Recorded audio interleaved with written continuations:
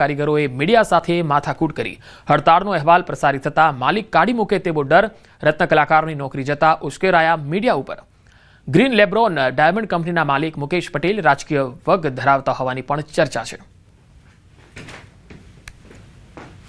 Natural ડાયમંડમાં મંદી આવ્યા બાદ સૌથી વધારે ચાલી રહ્યા હતા બજારમાં લેબ્રોન ડાયમંડ, અને લેબ્રોન ડાયમંડમાં પણ હવે કારીગરોના પગાર તોડવામાં આવ્યા છે, જેને લઈને સુરતના નામી લેબ્રોન ડાયમંડ, ગ્રીન લેબ્રોન ડાયમંડના કર્મચારીઓ હડતાલ પર ઉતર્યા છે। દ્રશ્ય જોઈ શકાય છે, પણ નેચરલ ડાયમંડની સામે લેબ્રોન ડાયમંડ જે રીતે બજારમાં આવી રહ્યો છે અને બજારમાં માંગ વધી છે, હવે માલિકો ભાવ તોડવાની શરૂ કરતા કારીગરો હડતાલ પર ઉતર્યા છે। પણ ગ્રીન લેબ્રોન ડાયમંડના માલિક મુકેશ પટેલ ગુજરાત રાજ્યના રાજકીય આગેવાનો સાથે ફરતા હોવાને લઈને કારીગરોને બીક છે કે તેમની નોકરી તો જશે, સાથે રાજકીય હેરાનગતિ થશે, જેને લઈને કોઈ બોલવા તૈયાર નથી।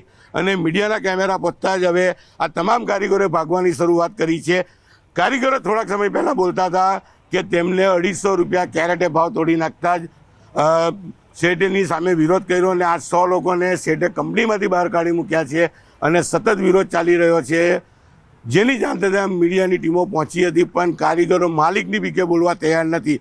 નેચરલ ડાયમંડ હોય કે પછી લેબ્રોન ડાયમંડ હોય, તમામ જગ્યા પર કારીગરો હડતાલ કરે છે, પણ પોતાની નોકરી જવાના બીકે કોઈ બોલતું નથી અને સતત આ રીતે મંદીનો માહોલ જોવા મળી રહ્યો છે। નેચરલ ડાયમંડમાં છેલ્લા 2 વર્ષથી મંદી જોવા મળી રહી છે, પણ લેબ્રોન ડાયમંડમાં પણ હવે મંદીના પડઘા દેખાઈ રહ્યા છે, કારણ કે એક પછી એક કંપનીઓમાંથી કારીગરો છૂટા કરવામાં આવી રહ્યા છે, ત્યારે 100 કરતાં વધુ કારીગરો છૂટા કરતાં હવે કારીગરોમાં આક્રોશ જોવા મળી રહ્યો છે।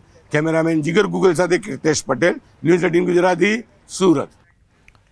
વલસાડના ધરમપુરમાં સરકારની 12મી ચિંતન શિબિર। આ ચિંતન શિબિરમાં સાંજના સમયે મુખ્યમંત્રી સહિત અધિકારીઓએ હળવાશની પળો માણી।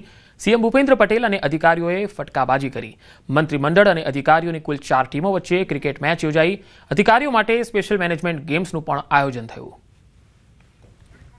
તો મંત્રીમંડળ અને અધિકારીઓ વચ્ચે ક્રિકેટ મેચનું પણ આયોજન થયું। અહીંયા ધરમપુરમાં ચિંતન શિબિર ચાલી રહી છે, ત્યારે મુખ્યમંત્રી અધિકારીઓ સાથે હળવાશની પળો પણ માણી અને ક્રિકેટ રમી હળવાશ સાથે ફટકાબાજી પણ કરી। ધરમપુરમાં સરકારની આ 12મી ચિંતન શિબિર છે અને આજે બીજો દિવસ છે।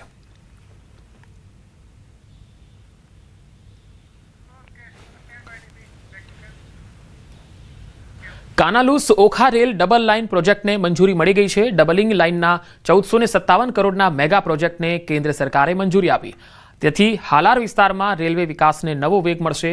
રાજકોટ કાનાલુસ માર્ગનું કામ 70% પૂરું થયું। હવે ઓખા સુધી ડબલ ટ્રેકનું કામ શરૂ થવાથી માલ પરિવહનમાં ઝડપ, સલામતી અને ક્ષમતા વધશે।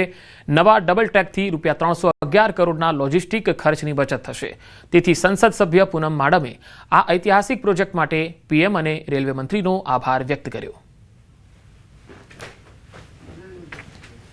અને યાત્રાધામમાં જે યાત્રાળુઓ આખા દેશમાંથી ને વિશ્વમાંથી આવતા હોય છે, એને પણ કોઈ કનેક્ટિવિટીના ઇસ્યુ ના થાય, એ પણ ધ્યાનમાં રાખી અને કાનાલુસથી ઓખા સુધીનું લગભગ અપ્રોક્સ 159 કિલોમીટર્સ નો આખો ડબલિંગ ટ્રેક, રેલવે ડબલિંગ ટ્રેકની મંજૂરી આપવામાં આવી છે। ભાવનગરમાં ગુજરાત ફેર પ્રાઇસ શોપ એસોસિએશનની હડતાળ। શહેરના સસ્તા અનાજના દુકાનદારોએ સરકારી ગોડાઉન પર પહોંચી હલ્લાબોલ કર્યો। રાજ્યના પુરવઠા નિગમ પર ઠાલવ્યો રોષ। રેશનની દુકાન પર અનાજનો જથ્થો સમયસર ન પહોંચાડવાનો આરોપ।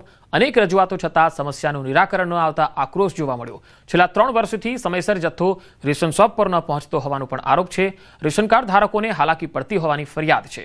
લાભાર્થીઓને પૂરતા પ્રમાણમાં અનાજ ન મળતું હોવાની ફરિયાદ છે। પુરવઠા નિગમના કારણે લાભાર્થીઓ અને દુકાનદારો વચ્ચે ઘર્ષણ થતું હોવાની ફરિયાદ। નિગમના ઇજારદારો અને અધિકારીઓના પાપે ગરીબ લાભાર્થીઓ પરેશાન થઈ રહ્યા છે।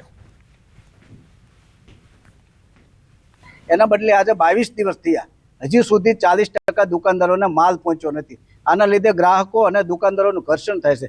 બીજું કે જે રણસી છે એના પૈસા મેં ભરી દીધી, રણસી અમને મળવી જોઈએ, એના બદલે અમને હજી રણસી મળતી નથી। દાખલા તરીકે અમે તૂર દાળના પૈસા ભરી દીધા નવેમ્બરના, હજી તૂર દાળ મળી નથી, એના બદલે ડિસેમ્બરના પૈસા પણ અમારે ભરી દીધા। આમ 2 મહિનાના પૈસા ભરવા છતાં પણ તૂર દાળ કે ચણા અમને મળ્યા નથી। તો આના લીધે એવું થાય છે, કોઈ 50% ભાવની થયો હોય તો કોઈ દુકાનદારે તૂર દાળ આવે છે, કોઈ દુકાનદાર નથી આવતા। ગ્રાહકોમાં એવો અસંતોષ પેદા થાય છે કે આ દુકાનદાર અમને તૂર દાળ દેતો નથી, એટલે તૂર દાળ ખાઈ ગયો છે। ફાયર વિભાગને અનેક વખત તળાવ અને નદીમાં ડૂબવાના કોલ મળતા હોય છે, ત્યારે આવી ઘટનામાં રાતના સમયે ફાયર વિભાગને અંધારું હોવાથી ખૂબ તકલીફ પડતી હોય છે. કેટલીક વખત ઊંડા પાણીમાં ફાયરના જવાનો જઈ શકતા નથી, જેને લઈ હવે અમદાવાદ ફાયર એન્ડ ઇમરજન્સી વિભાગ રોબોટની ખરીદી કરશે. Under water remotely operated vehicle રોબોટની ખરીદી કરવામાં આવશે, જે નદી અને તળાવોમાં ફસાયેલા લોકોને બચાવવામાં મદદરૂપ થશે. જ્યાં માણસ જઈ શકતો નથી ત્યાં આ રોબોટના માધ્યમથી વ્યક્તિ કે વસ્તુને પાણીમાંથી શોધી શકાશે. રિમોટથી ચાલતો આ રોબોટ ફાયર વિભાગ માટે આશીર્વાદરૂપ સાબિત થશે. એએમસી 1.96 કરોડના ખર્ચે 2 રોબોટ ખરીદશે. ટ્રેકર પાણીની અંદર વધુમાં વધુ 200 મીટર ઊંડાણમાં કામગીરી કરી શકે છે. વધુમાં વધુ 100 કિલો વજન પણ ઉચકીને બહાર લાવી શકે છે. વધુમાં કોઈ ગુનામાં ઉપયોગ કરેલી વસ્તુ તળાવ કે નદીમાં નાખવામાં આવે તો તેની પણ શોધખોળ કરવામાં સરળતા રહેશે.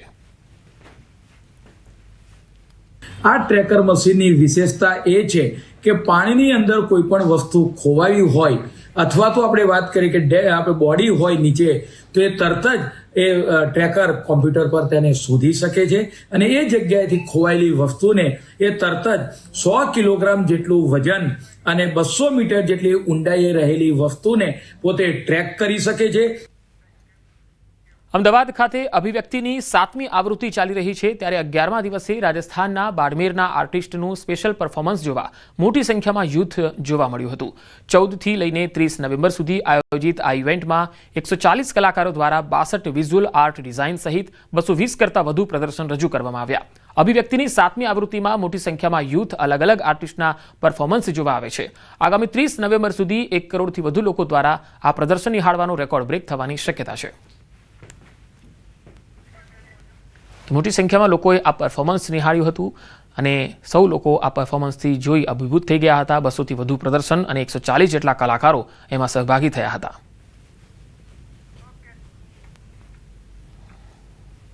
આર્ટ હતું ને બહુ જ અમેઝિંગ હતું. લાઈક હું ફર્સ્ટ ટાઈમ આર્ટ જોવા આવી છું, મને એટલું આર્ટનું નોલેજ નથી, પણ whatever was inside was like very outstanding.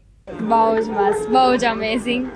હું પણ પહેલી વખત આવી છું, મારી ફ્રેન્ડ હતી, હું બી પહેલી વખત આવી, પણ મને થોડું ખબર પડી કે અચ્છા આર્ટમાં બહુ બધું ડિફરન્સ વેરાયટી અને આપણને હજી સમજવામાં બહુ જ વાર લાગશે. ગીર સોમનાથ ખાતે સૌરાષ્ટ્રના સૌથી લોકપ્રિય એવા સોમનાથ ટ્રસ્ટ આયોજિત કાર્તિકી પૂર્ણિમા મેળો 2025નો ભવ્ય પ્રારંભ થયો. આ વર્ષે પડેલા ભારે વરસાદને કારણે મેળાની તારીખોમાં ફેરફાર કરી 27 નવેમ્બરથી 1 ડિસેમ્બર 2025 સુધી મેળાનું આયોજન કરવામાં આવ્યું. આ મેળાના પ્રથમ દિવસે જ 1 લાખથી વધુ શ્રદ્ધાળુઓ મેળાની મોજ માણી હતી. 5 દિવસના આ મેળામાં 10 લાખથી વધુ મુલાકાતીઓ આવવાનો અંદાજ છે.